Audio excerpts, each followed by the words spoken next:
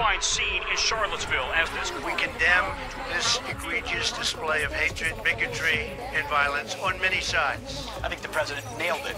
Condemning... I want the world to know, and it is not who we are as Americans. You have white supremacist, neo-Nazi sympathizers apparently in the White House. Hello, I'm Richard Gisbert, and you're at The Listening Post. Here are some of the media stories we're covering this week.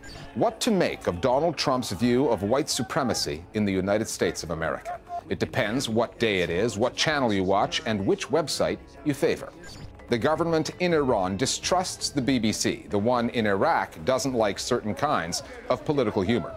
Beijing extends its control across the country's media as the Communist Party gears up for its big leadership meeting. And if a famous film director had a signature dish, it would look something like this. When hundreds of far-right extremists gathered in Charlottesville, Virginia last week, it was ostensibly to protect a statue, a symbol. They were also out to assert themselves on the public stage in front of the news cameras. Given that the monument in question harkens back to an era of slavery in America that it would take a civil war to end, a potent message was being sent out. The right-wingers were met with force that did not come from the police, and when that car plowed into a crowd of anti-fascist protesters, killing one and injuring many more, the recriminations were swift. One of the so-called news sites that's been incubating far-right culture in the U.S., a favorite of white supremacists, the Daily Stormer, was then dumped by its online hosts for its toxic take on what had happened. But that will hardly shake the confidence of the movement, not with the mixed coded messaging coming out of the Trump White House. Some of the president's comments had voices in the white power movement rejoicing. All the while, the story was unfolding across the U.S. news media, which have their own checkered record on the race story, as their reporting on terrorism and crime makes abundantly clear. There's plenty to unpick in this story, given what's been happening in both the mainstream media and online. Our starting point this week is Charlottesville, Virginia.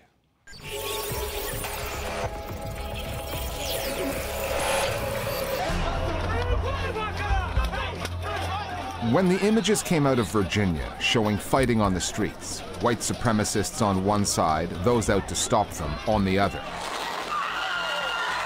the murderous extremist who used his car as a weapon.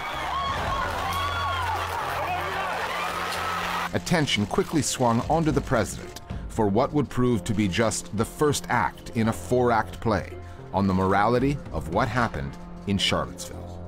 We condemn in the strongest possible terms this egregious display of hatred, bigotry, and violence on many sides. On many sides. So the response of Trump to say that we're seeing hatred on many sides is really conspicuous. And I think that people on the right are saying we got away with it. Then came the silence. 48 hours of it. 2 full news cycles of nothing.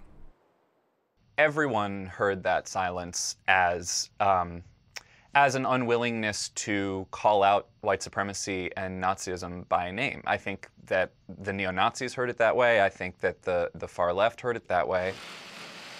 And then you could tell he had the proverbial gun pointed to his head when he made that statement on Monday. Racism is evil. He comes out and talks about racism and KKK is bad. Those who cause violence in its name are criminals and thugs, including the KKK.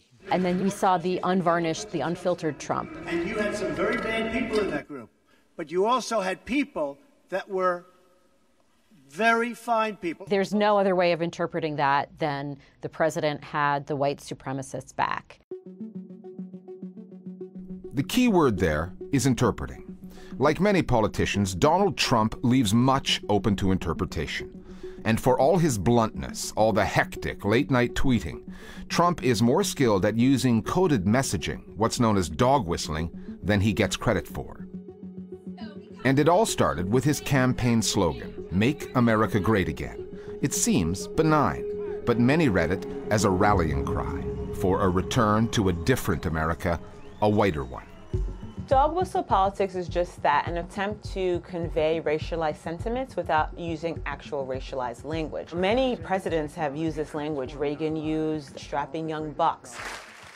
When Clinton rose to power, he also used dog whistle language. Large numbers of illegal aliens entering our country. He was also going to be tough on crime, hostile to welfare. And these are phrases that invoke racialized thought without specifically saying the word race. Far-right websites that covered the campaign, they were so excited when he did things like retweet a tweet from an account whose handle was white genocide. That's a term that's used by white supremacists. They were thrilled when he retweeted a tweet of fake statistics that attempted to suggest that black people commit a disproportionate amount of crime. Every single time, far-right media and social media saw that as a validation of their ideas, as a sign, really, that Trump was, if not one of them, someone who fully appreciated and understood their ideology and point of view.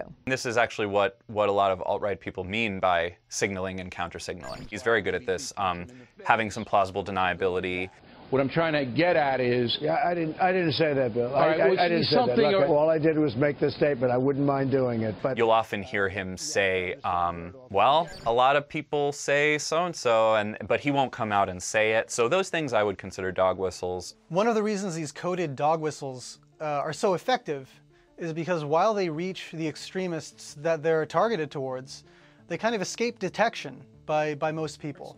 What do you make of Trump's language? I mean, he talks a pretty raw language about tough neighborhoods. Because in a lot of ways, they're perfectly calibrated to slip under the radar of conventional liberal centrist rhetoric. The driver of the car who took the life of the anti-fascist activist in Charlottesville reportedly had links to a neo-Nazi movement called Vanguard America. Within 48 hours of the killing, the web hosting service used by the movement, WordPress.com, dropped the group at the insistence of online activists. Another neo-Nazi site, the Daily Stormer, was dumped by its domain registrar, GoDaddy.com, again following a wave of complaints online about a deeply offensive story the site published on the woman killed by the car driver. Hate speech on those sites is nothing new. The Daily Stormer has been at it since 2013. The Daily Stormer is a racist cesspool, but it's been a racist Nazi cesspool for years. The idea that GoDaddy only took this action now, I mean, it's good that they did it, but you really have to wonder why it took them so long. If you're a corporation like GoDaddy, what you're doing is responding to market forces. They get to do that. One of the things that Daily Stormer in particular did is that it's not just that they're saying mean things or saying racist things. It's more than just that. What they're really doing is that they're actually encouraging, supporting, organizing violence. And that is where free speech has always ended. The showdown in Charlottesville took many Americans by surprise, but should it have? In 2009, the Department of Homeland Security warned the election of America's first black president and the economic downturn were fueling the rise of right-wing extremism. The U.S. mainstream media preoccupied with al-Qaeda. Al-Qaeda remains the vanguard of this jihadi world. And later, ISIL She pledged support for the ISIS leader. gave that story short shrift. They were wrong to do so, but it's easier to confront the enemy from the outside, the threat from the other, than it is to confront the enemy within. The U.S. media is in denial when it comes to the threat of right-wing extremism and the violence that's there. They just are. They've been in denial for a very long time. And in large part, why they don't go there is because of fear. Fear of being attacked as biased or fear of retaliation against them. And that really shows just how dangerous these far-right voices are. White supremacy is so much more than what we were seeing in Charlottesville. White supremacy is segregated neighborhoods. White supremacy is the all-white school to which you send your child, the whitewashed curriculum that is there. And although what we saw in Charlottesville was awful, it's only the least palatable version of white supremacy. The more palatable version, the things to which I just referenced, remain below the surface. And so, again, I don't think the media is powerless to respond to this. I think they do need to educate their readers on it. Liberals and moderates react to the tragedy in Charlottesville by saying, and that's not us, that's not America. This is not what America stands for. This isn't who we are. Unfortunately, the bad news is that this is what America has stood for the majority of its history. We're a nation built on the genocide of the American Indians. And by slave labor imported from Africa. We're a nation that maintained racial segregation until very recently. So there's this eagerness to repress that memory of white supremacy in this country. And I think that leads a lot of people to turn a blind eye when we see the rise of white nationalism and white supremacy. It's something that we as a nation are still in denial about, and we need to wake up.